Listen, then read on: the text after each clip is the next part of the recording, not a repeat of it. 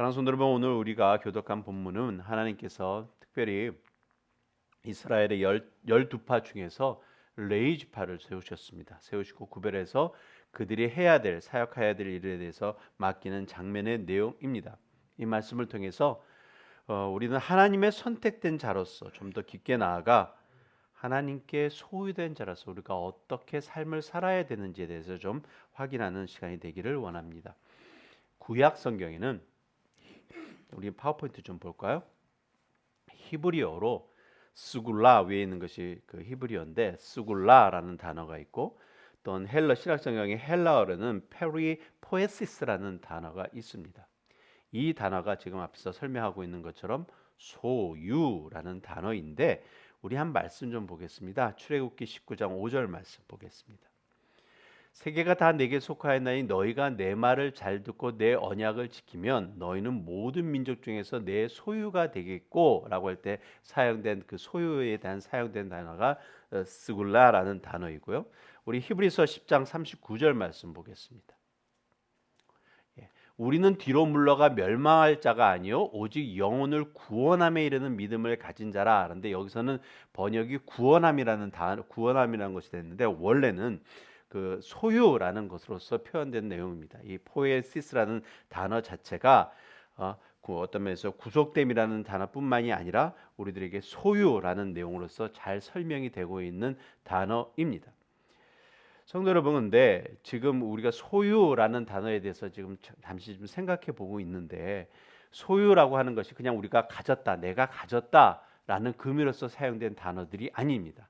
특별히 저 두 단어 속에서는 특별히 우리가 지금 세굴라라는 단어에서는 보존하다, 지키다, 소유하다라는 그러한 내용이 담겨 있는 내용인데 특별히 하나님은 사실 모든 창조를 하셨기 때문에 모든 소유가 특별히 모든 것이 하나님의 소유가 됨을 우리는 알고 있습니다. 자, 그럼에도 불구하고 하나님께서 특별히 스페셜하게 이것은 정말 나의 소유다라고 하는 그 단어가 바로 스굴라라는 단어입니다. 그것이 어디에 사용되냐면 하나님의 백성들에게 설명될 때 사용되는 단어가 바로 저 단어입니다. 또한 포에시스라는 저 단어조차도 특별한 소유를 얘기할 때 사용되는 단어인데 그 소유에 대해서 잘 설명되어 있는 말씀이 있습니다. 우리 베드로전서 2장 9절 말씀 보겠습니다. 함께 읽겠습니다. 시작. 그러나 너희는 택하신 족속이요 왕 같은 제사장들이요 거룩한 나라요 그의 소유가 된 백성이니 이는 너희를 어두운 데서 불러내어 그의 기이한 빛에 들어가게 하신 이의 아름다운 성을 선포하게 하려 하심이라. 여기서 말하는 그의 소유라는 이 단어가 바로 그 단어입니다. 사랑하는 성도 여러분, 이것은 그냥 단순히 내 것이라는 것이 아니라 하나님께서 특별히 구별하시고 내 것이다, 하나님 것이다 라고 설명할 때 사용됐던 단어라는 말씀입니다. 자, 이것이 왜 이렇게 제가 강조하냐면 이 소유가 누구냐라는 거죠. 바로 변화된 우리의 모습의 삶이 바로 하나님께서 말씀하시고 지금 두 가지의 단어로 설명하고 있는 그 소유가 바로 우리의 삶이기 때문이란 말씀입니다. 성도 여러분, 별로 피부로 안 다가오십니까? 예? 하나님께서 특별하게 말씀하신 단어가 저와 여러분의 삶의 모습이라는 것입니다. 자, 그것의 구체적인 내용에 대해서 그래서 오늘의 본문의 말씀을 통해서 우리가 다시 한번 좀 확인해 보려는 것입니다. 우리 본문의 말씀 다시 한번 5절 6절 말씀 제가 읽겠습니다. 여호와께서 또 모세에게 말씀하여 이르시되 레위지파는 나아가 제사장 아론 앞에 서서 그들에게 시종하게 하라라고 하고 있습니다. 성도 여러분, 하나님께서 모세에게 레위지파를 특별히 구별해서 성막을 섬기도록 명령하신 내용인데 오늘의 본문 말씀의 뒷부분의 후반절에서 다시 한번 제가 말씀하겠지만 이들 레위지파는 하나님을 위해서 특별히 선택된 사람들입니다. 이들이 책임지고 해야 할 일들은 다른 직업에 있지 않고 하나님께서 직접 부르심에 그 사명을 준수하는 것이었습니다. 이 부르심에 대한 내용이 사실 신약시대에 사는 우리들에게 똑같이 적용되고 있다는 말씀이에요. 우리가 앞에 베드로전서 2장 9절 말씀을 읽었는데 우리 다시 한번 보겠습니다. 베드로전서 2장 9절 말씀이 이렇습니다. 그러나 너희는 택하신 족속이요 왕 같은 제사장들이요 라고 설명하고 있습니다. 뭐라고요? 하나님께서 특별히 우리를 택하셨다라고 얘기하고 너희들이 어떻게 세워졌냐? 왕 같은 제사장들로 세워졌다라고 분명히 말씀을 통해서 선포하고 있습니다. 이것이 우리들의 삶의 위치라는 말씀입니다. 오늘의 본문의 말씀 6절처럼요.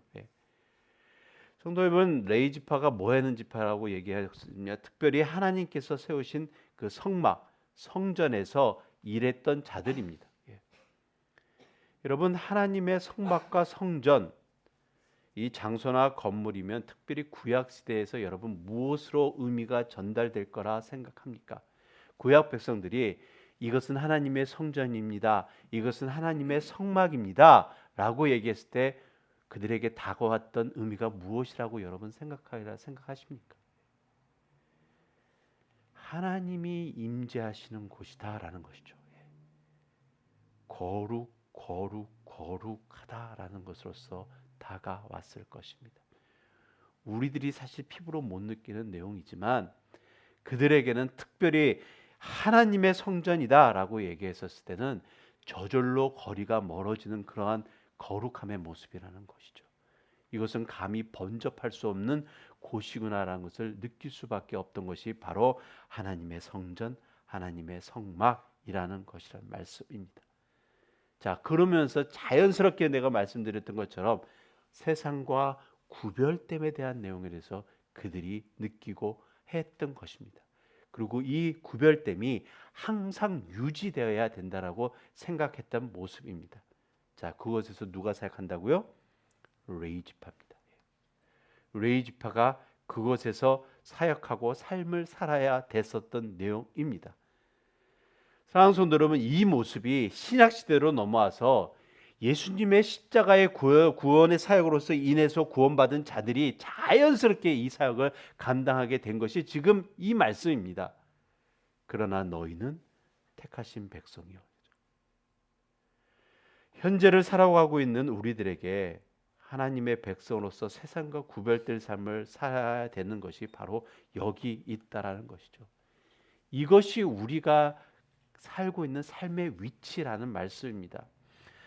사랑하는 성도 여러분, 이 시간 우리가 다시 한번 베드로전서 2장 9절의 말씀을 좀 내 자신을 위한 선포로서 다시 한번 선포해 보기를 원합니다. 저기 앞에 부분만 그러나 너희는 택하신 족속이요 왕 같은 제사장들이요 거룩한 나라요 그의 소유가 된 백성이니 여기까지만 저와 다시 한번 선포하겠습니다. 그런데 우리 한 가지 단어를 붙이겠습니다. 그러나 너희는이 아니라 그러나 나는, 이곳에서 거기까지 한번 읽겠습니다. 시작. 그러나 나는 택하신 족속이요 왕 같은 제사장들이요 거룩한 나라요 그의 소유가 된 백성이니, 이거죠. 여러분, 우리가 이 말씀을 듣거나 묵상할 때 보면 그러나 너희는 이라는 것을 하기 때문에 자꾸 나라고는 전혀 관계없이 어떤 구별된 다른 사람, 구별된 다른 족속, 구별된 다른 직업을 가진 사람, 이것으로서 생각하기 너무나 쉬운데 이것은 그렇게 주어진 말씀이 아닙니다. 베드로가 이 말씀이 있는 사람, 이 서신이 있는 사람들에게 너희는 이라는 말씀이죠. 그것을 우리가 받을 때는 나는, 이거죠. 나는 택하신 족속이고 나는 왕 같은 제사장들이고 나는 거룩한 나라고 나는 하나님의 소유가 된 자라 백성이라고 이렇게 고백해야 된다는 말씀입니다. 여러분, 내 자신이 잘나서가 아니고 똑똑해서가 아니고 하나님께서 우리를 이렇게 선택하셨기에 하나님의 소유된 자로서의 삶을 살아야 한다는 말씀이죠.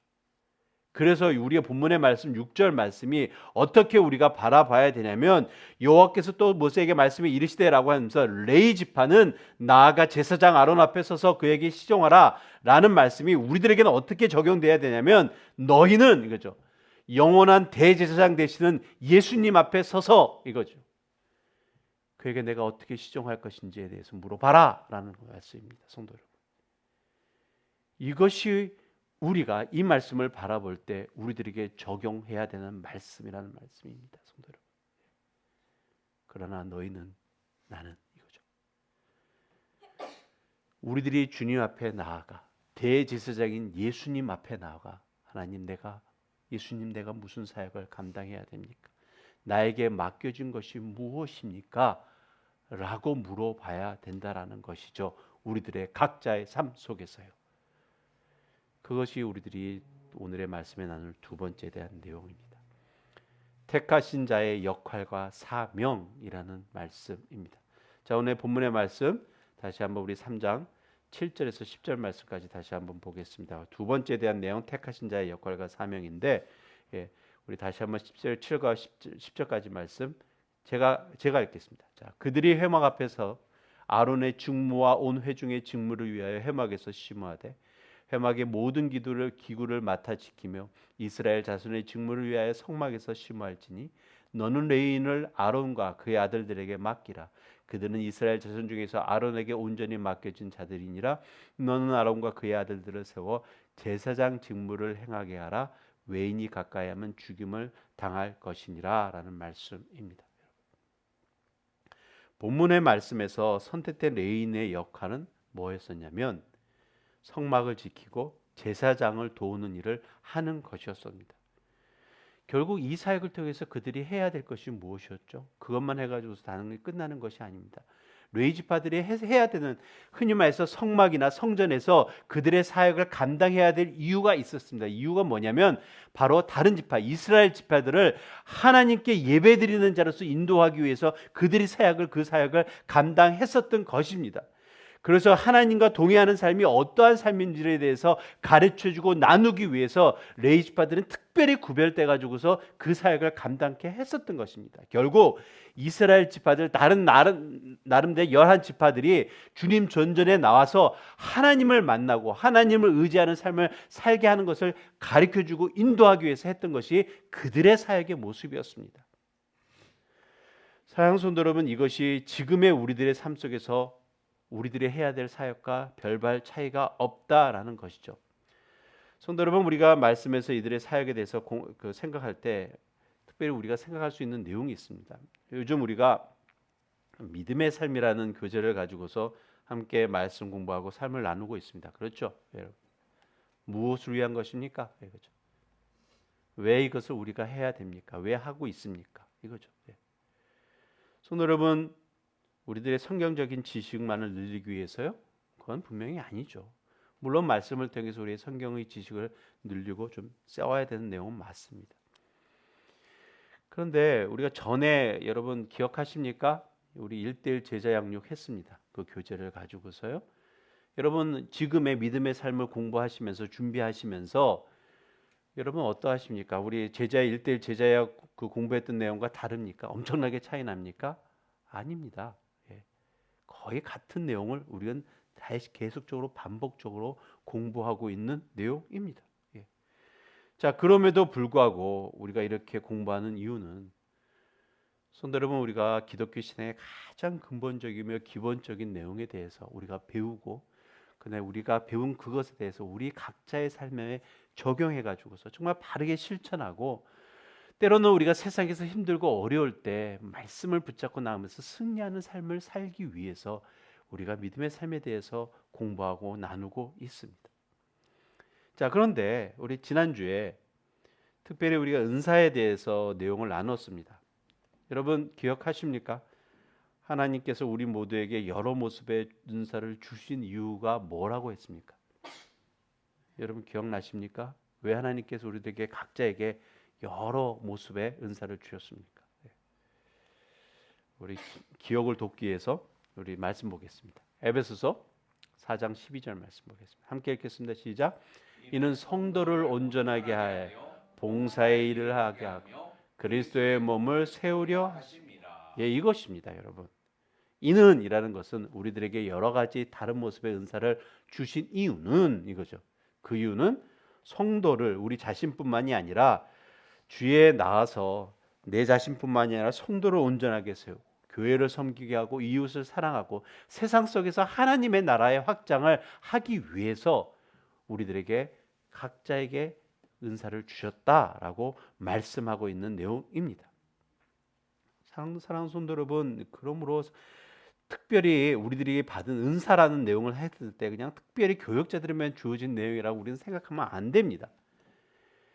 여러분들이 지금 갖고 있는 잡의 내용과 관계없이 사랑하는 성도는 분명한 것은 모든 사람들에게 하나님께서 은사를 주셨습니다.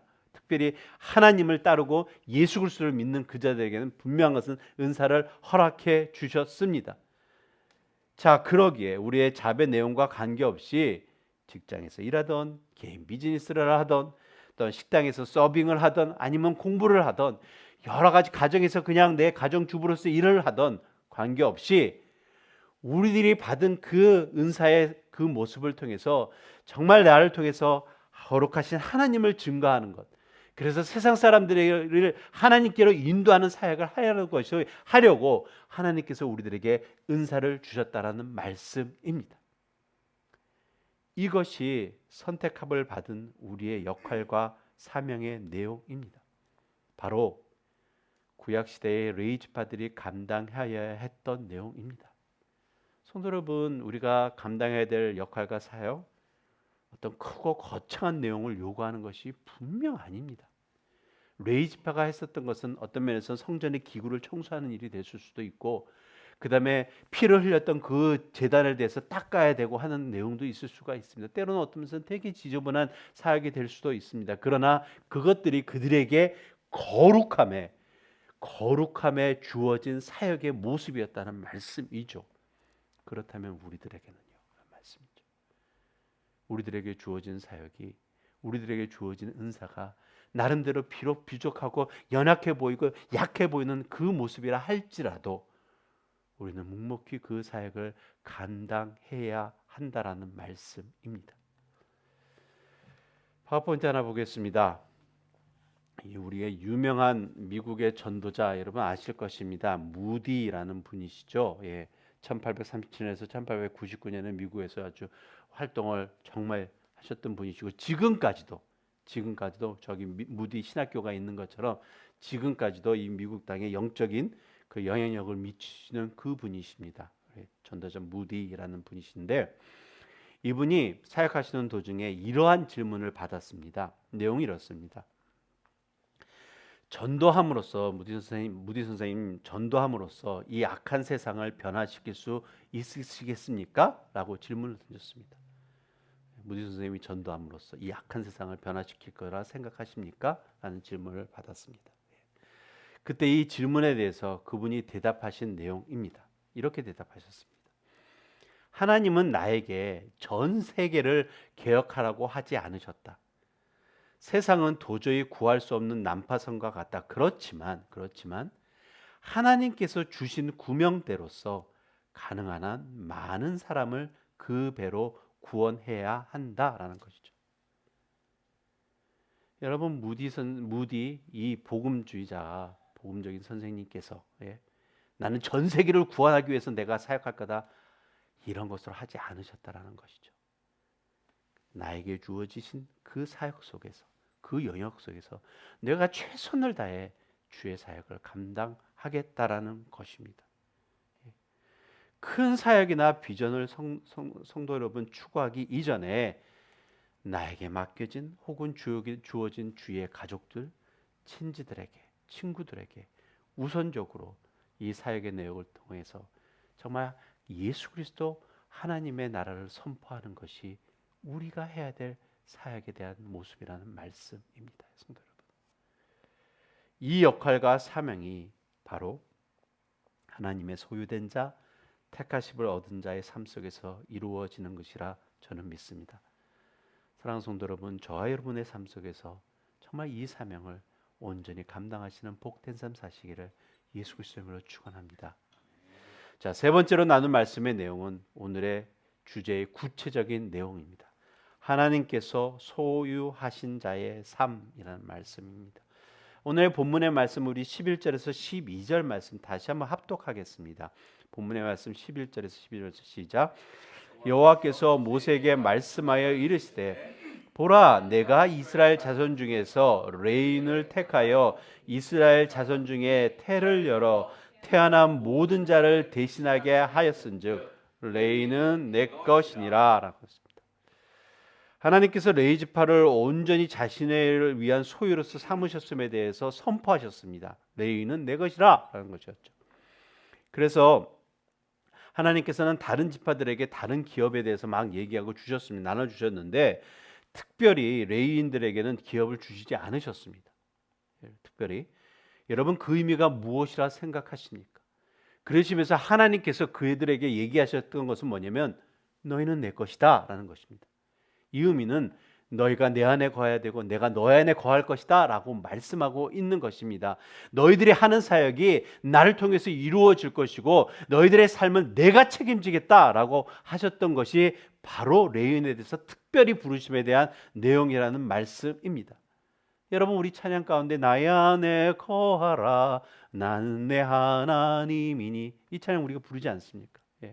이 찬양이 바로 레인들에게 선포하신 말씀이고 특별히 신약시대에 사는 우리들에게 예수 그리스도의 십자가에서 구원받은 우리들에게 선포되는 똑같은 말씀이라는 것입니다. 사랑하는 성도 여러분, 구약시대의 레위 지파들 그래서 하나님의 그 말씀들이 신약시대에 사는 우리들에게도 아주 정확히 적용되는 말씀이라는 것이죠. 특별히 이스라엘의 12지파 중에 한 지파를 세우셔서 하나님의 백성들이 어떻게 하나님과 교제하면서 믿음의 삶을 살아야 되는지에 대해서 잘 설명하고 있는 내용이 바로 레위 지파를 부르시는 하나님의 그 말씀에 대한 내용이라는 말씀입니다. 정말 하나님만 바라보며 하나님과 동행하는 삶, 이것은 우리 신약시대에 사는 우리 그리스도인들에게 특별히 정말 예수님의 피값으로 구원받은 자들에게 이 타락한 세상을 어떻게 살아야 되는지에 대해서 자세히 설명해 주시는 중요한 메시지라 생각합니다. 사랑하는 성도 여러분, 우리 그리스도인들은 이미 그리스도와 함께 죽고 그리스도와 함께 사는 삶을 사는 자들입니다. 자, 이 의미가 무엇이냐면 우리의 삶의 진정한 주인이 누구냐라는 것이죠. 바로 예수 그리스도 또한 하나님 아버지라는 말씀입니다. 이분이 우리들의 삶의 진정한 주인 되십니다. 우리 말씀 좀 보겠습니다. 고린도전서 6장 19절에서 20절 말씀입니다. 우리 같이 읽겠습니다. 시작. 너희 몸은 너희가 하나님께로부터 받은 것 너희 가운데 계신 성령의 전인 줄을 알지 못하느냐. 너희는 나의 자신 것이 아니라 값으로 산 것이 되었으니 그런즉 너희 몸으로 하나님께 영광을 돌리라. 자, 말씀에서 분명히 선포하고 있죠. 너희는 너희 것이 아니다. 우리가 우리 것이 아니라고 했습니다. 값으로 산 것이 되었다라고. 사랑하는 성도 여러분, 우리의 삶이 예수님의 피값으로 사는 그러한 삶이 되었다라는 말씀이죠. 여러분, 이 말씀이 주는 의미가 무엇이냐면 우리 마음대로 살 수 없고 살아서는 안 된다라고 선포하고 있는 말씀입니다. 아주 이것은 강한 말씀입니다. 성도 여러분, 우리의 삶은 하나님께 속해 있다라는 것이죠. 그래서 우리의 생각과 뜻대로 마음대로 그냥 살 수 없다라는 것입니다. 성도 여러분, 거룩함이란 무엇인지 아십니까? 구별됨입니다. 거룩함이란 구별됨입니다. 세상 사람들의 삶과는, 즉 하나님을 모르는 삶과는 분명 우리는 구별된 삶을 살아야 합니다. 세상 모든 사람들이 다 괜찮다라고 해도 말씀에서 그렇지 않다 그러면 우리는 그 말씀을 따라야 산다고 그 말씀에 순종하는 쪽을 택해야 됩니다. 비록 우리가 선택했을 때 때로는 세상 사람들이 바보 같고 때로는 어리석다라고 손가락질 할지 모르지만 그러나 우리는 그 말씀에 따라 살아야 됩니다. 이유는 하나님의 말씀이 더 지혜롭고 더 놀라운 것이기 때문에 그렇습니다. 사랑하는 성도 여러분, 거룩함은 겉으로의 치장함으로 하는 모습이 분명 아닙니다. 성경 내주에 딱 끼고 다니고 거룩해지지 않습니다. 사랑하는 성도 여러분, 삶의 거룩함입니다. 우리가 믿고 따르는 삶은 다른 것에 있지 않고 하나님 말씀에 있기에, 그러기에 그 말씀에 힘이 있기에 그 말씀이 우리들의 삶을 변화시키고 거룩함의 삶으로 인도하기에 우리가 그렇게 살 수 있다라는 것입니다. 우리 이사야서 55장 8절 9절 말씀 좀 보겠습니다. 이사야서 55장 8절 9절 같이 읽겠습니다. 시작. 이는 생각이 너희의 생각과 다르며 내 길은 너희의 길과 다름이니 여호와의 말씀이니라. 이는 하늘이 땅보다 높음 같이 내 길은 너희 길보다 높으며 내 생각은 너희 생각보다 높음. 우리가 말씀을 순종하고 말씀을 붙잡고 나아가야 되는 것이 바로 저기 있다는 것이죠. 여호와의 말씀이다.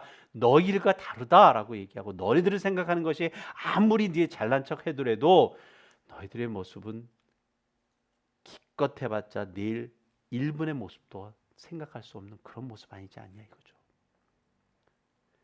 사랑하는 성도 여러분, 그러므로라는 말씀입니다.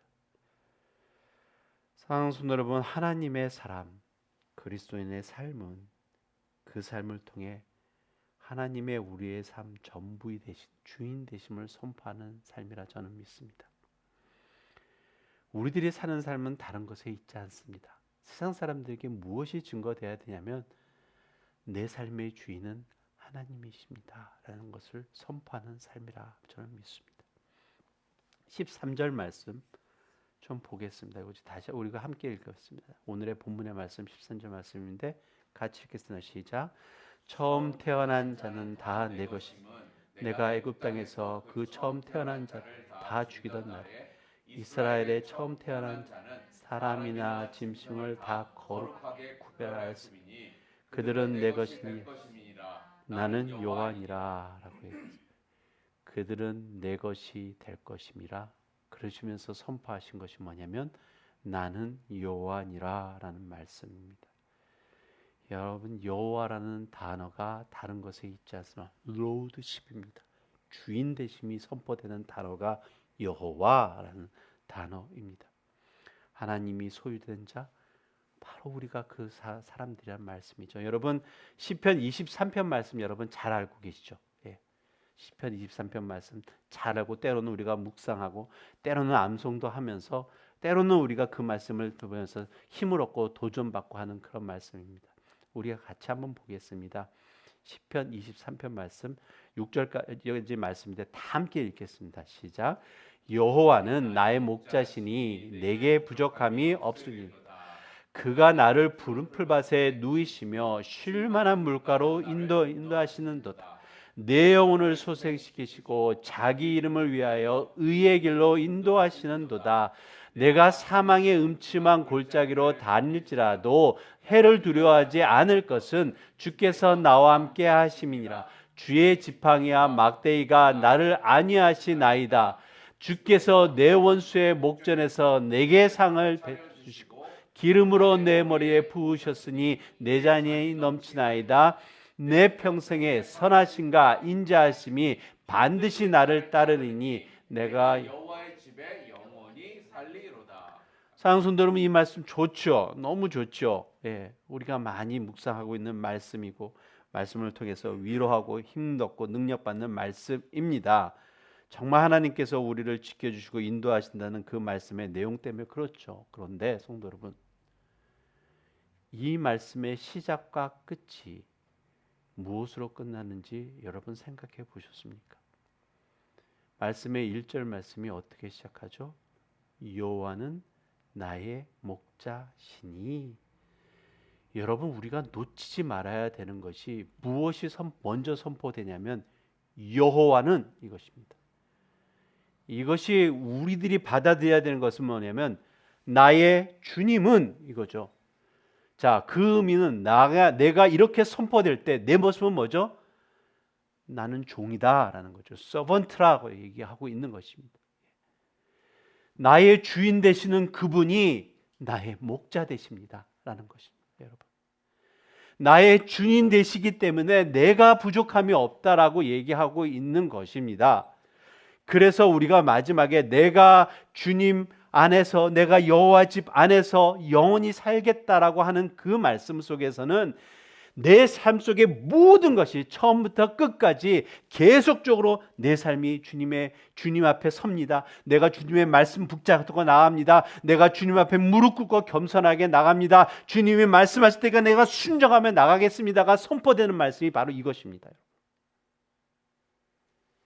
우리는 중간에 있는 내용들 때문에 나를 안위하시고 인도하시고 나의 목자가 되시고 이런 것 때문에 우리는 너무 이 말씀이 좋다고 하지만 먼저 선포되고 마지막까지 증거돼야 될 것은 우리 하나님은 나의 주인 되십니다. 이것입니다. 이것이 선포돼야 되는 것입니다. 그래서 우리 쉬운 성경이나 새 번역 속에서는 여호와는 나의 목자시니 이것의 앞에 부분이 주님은 나의 목자시니 이런 식으로 번역해서 나와 있습니다. 주님 되십니다. 사랑하는 성도 여러분, 저와 여러분의 삶의 진정한 주인이 바로 우리 하나님이심을 늘 고백하는 삶 사시기를 예수 그리스도의 이름으로 축원합니다. 여호와 집에 거하는 삶, 주님과 함께 주님의 말씀 안에 그 말씀에 순종하는 삶을 사는 삶입니다. 다른 어떤 것이 이것과 대신할 수 없다라는 말씀이죠. 하나님께서 소유하신 삶, 우리의 삶의 모습입니다. 사랑하는 성도 여러분, 우리 모두가 이 삶을 온전히 누리시는 삶 사시기를 축원합니다. 어쩌면 이 삶은 이 세상에 사는 우리 모든 그리스도인들이 마땅히 누리면서 살아야 되는 삶의 모습이라 저는 믿습니다. 누구에게만 한정되어 있는 모습이 아닙니다. 성도 여러분, 말씀을 정리합니다. 성도 여러분, 저쪽 중동에는 낙타라는 동물이 있죠. 우리는 잘 안 보이지만 그러나 중동에서는 낙타가 정말 필요합니다. 사막에 사는 동물로서. 근데 여러분, 이 낙타의 모습을 보면서 다시 한번 우리들이 낙타와 그 주인 간의 관계들을 좀 보면서 우리들의 삶 속에, 신앙의 삶 속에 적용해야 될 내용이 있습니다. 낙타는 하루를 시작하고 마칠 때마다 주인 앞에 무릎을 꿇습니다. 하루를 시작할 때는 자신의 등에게 그 짐을 쥐어야 되기 때문에, 그것은 이렇게 높기 때문에 힘으로 쥐울 수 없기 때문에 낙타가 무릎을 꿇습니다. 또한 다 끝나고 됐을 때 집에 돌아왔을 때는 그 짐을 내릴 수 있도록 주인 앞에 다시 한번 무릎을 꿇습니다. 이것이 낙타가 시작과 끝에 대한 삶입니다. 사랑하는 성도 여러분, 우리는 어떻게 해야 된다고요? 우리는 매일의 삶 속에 하나님 앞에 무릎 꿇음으로 시작되고 무릎 꿇음으로 마무리해야 된다는 말씀입니다. 사랑하는 성도 여러분, 말씀을 정리합니다.